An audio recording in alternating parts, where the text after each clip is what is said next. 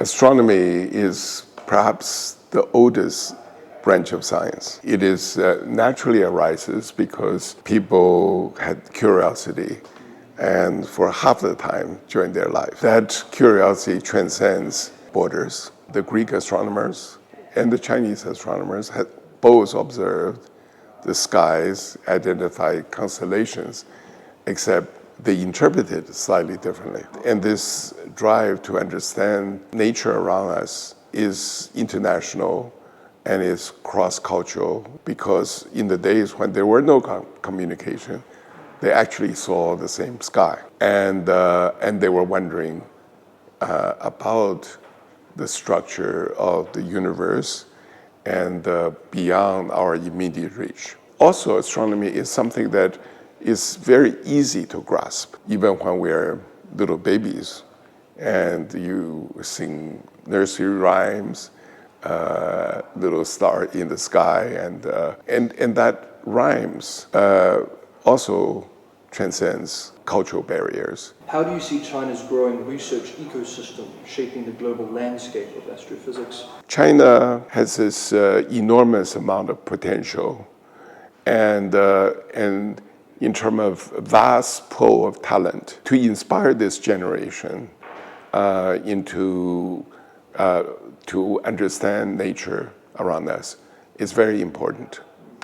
The Chinese culture, and if you go back 3,000 years, there's always an element, sort of a curiosity about its environment. So it's a very easy subject to bring up.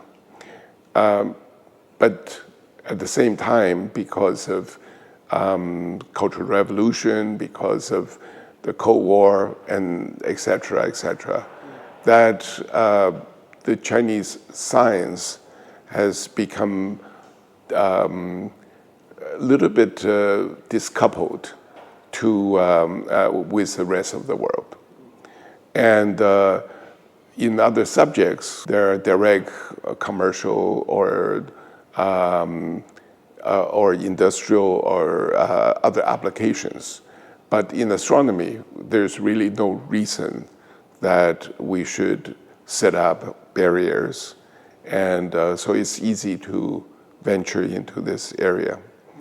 So my feeling is that I notice that there's an eagerness to learn about the universe amongst the students and in China.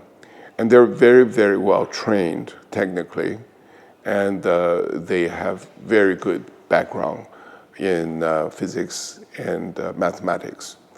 And what perhaps prevented them from really becoming the most spearhead many areas of frontier area is really because China has been a little bit isolated from the rest of the world, and that they have not been able to exchange ideas with the rest of the world very freely. So in that sense, international collaboration provides a great opportunity to exchange ideas, to actually open up your mind.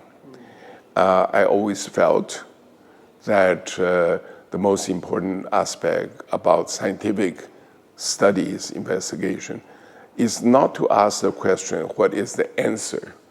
But is to ask the question, what is the question? In this sense, that we can share a sense of curiosity, I can introduce to my many students in China, and what are the most important questions to ask. I think even that plays a very good role to really push for the advancement of astronomy in China. To do that, we need a forum. We need a forum to open up the communication, the dialogue between the scientific communities. Science is a community activity, and we inspire each other, and through these interactions, and so to provide that forum I think is very important. And because of that, we have some recent opportunities, starting with the Kavli Institute in Beijing almost 20 years ago. And that we are able to bring together the best students and from China and with international scholars that come to visit China. What is it specifically about Westlake that allows us to be less constrained? China is got a very large population. So in this very large population, and there are many aspects of social structure that needs to be taken into consideration. For example, to be fair to every sector of the society, and a opportunity for education, that they undergo very strict and formal examination process, and to provide a distribution of resources, scientific resources, to make advancements in various areas. And there are carefully constructed regulations.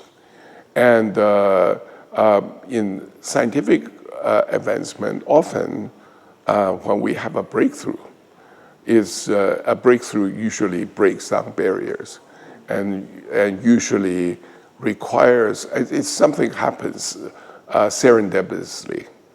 And quite often it will happen during the time that you actually think out of the box. And to be able to think out of the box, quite often you probably need a platform that would encourage this opportunity to think out of the box. If I have to teach other people how to think out of the box, they would not be thinking out of the box if they follow my instruction.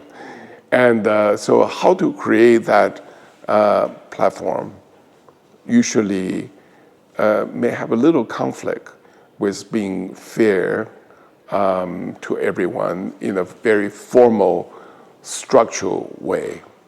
And the unfair advantage is an important element in being able to make a breakthrough. Very often, breakthrough is not universally accepted right from the beginning, nor is universally encouraged, because a breakthrough means you break through the old rules. And and if the system comes up through carefully designed examinations, and which means that you are constrained to think under a formal type of format. And I think to provide an opportunity that you can actually shake loose some of these concepts maybe is very creates an opportunity, is a probability of making serendipitous discoveries. And it doesn't guarantee it. It just merely enable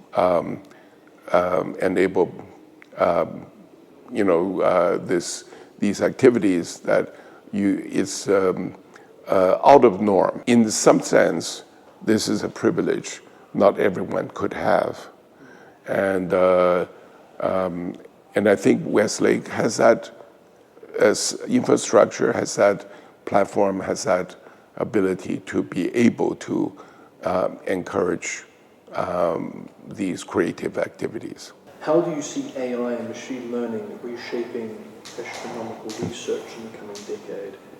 To make scientific advancement is to see what everyone sees and think no one else thinks. To see everyone sees used to be very easy because there's only a small number of things you have to see. Now, the more you learn, the more complex it becomes, and more difficult it is to actually make connections between these seemingly vast, randomly picked data point. And I think machine learning enables us to extract all of that information, especially today with the new technologies that we are able to collect data much faster than ever before. But having all of that data is like you're driving an electric car, and that car retains information at the rate of millions of bits every second.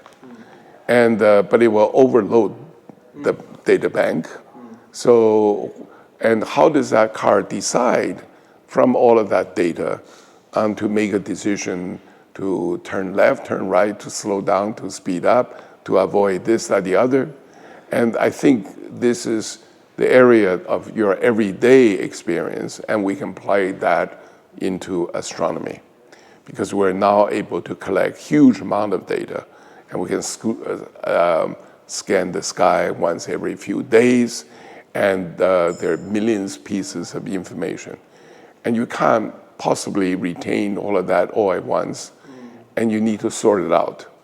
And how to sort it out? If I have already a rule to sort out according to criteria A, B, C, then I will never discover anything new. Okay, so if I now then say, this is like throwing the baby out with the bathwater. And, but if I just randomly pick, and then I need a set of guidance. And this is where machine learning comes in, and that will be able to help us to identify serendipitous discoveries. So when you make a discovery, it's something unusual. And to see what is unusual, what is not expected, I think this is where eventually machine learning can help us to move forward. And on the theoretical side is also something that is very important, because actually when we make these major discoveries, including Einstein, and many of the concept is already in existence, and but we are able to make a connection between these different concepts and to account for certain phenomena, and to be able to make that and to be able to explore from all that repertoire of background information and putting something into a new area, I think that is the challenge. And eventually we will get to not just machine learning, and we will get into machine intelligence. And intelligence really means being able to identify things that we haven't thought about before. And I think this will be a major impact in the field. Looking ahead 20, 30 years, what do you hope will be humanity's most significant milestone in this area of space? I think there are many major questions, and perhaps one of the most fundamental questions is that, is there life beyond the Earth? And why is that an interesting question? Because it is a question that everyone has an opinion, but no one has any answers. And at this point, you can ask any pedestrian about what do you think, whether there is life elsewhere. And 99% would say there must be, because it's very unlikely that we're unique. However, we have no evidence and yet.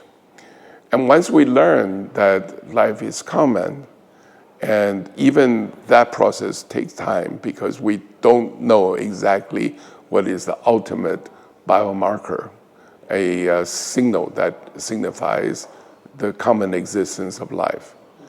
And once we know that, then the question is come back to the very basic question, how did the life start?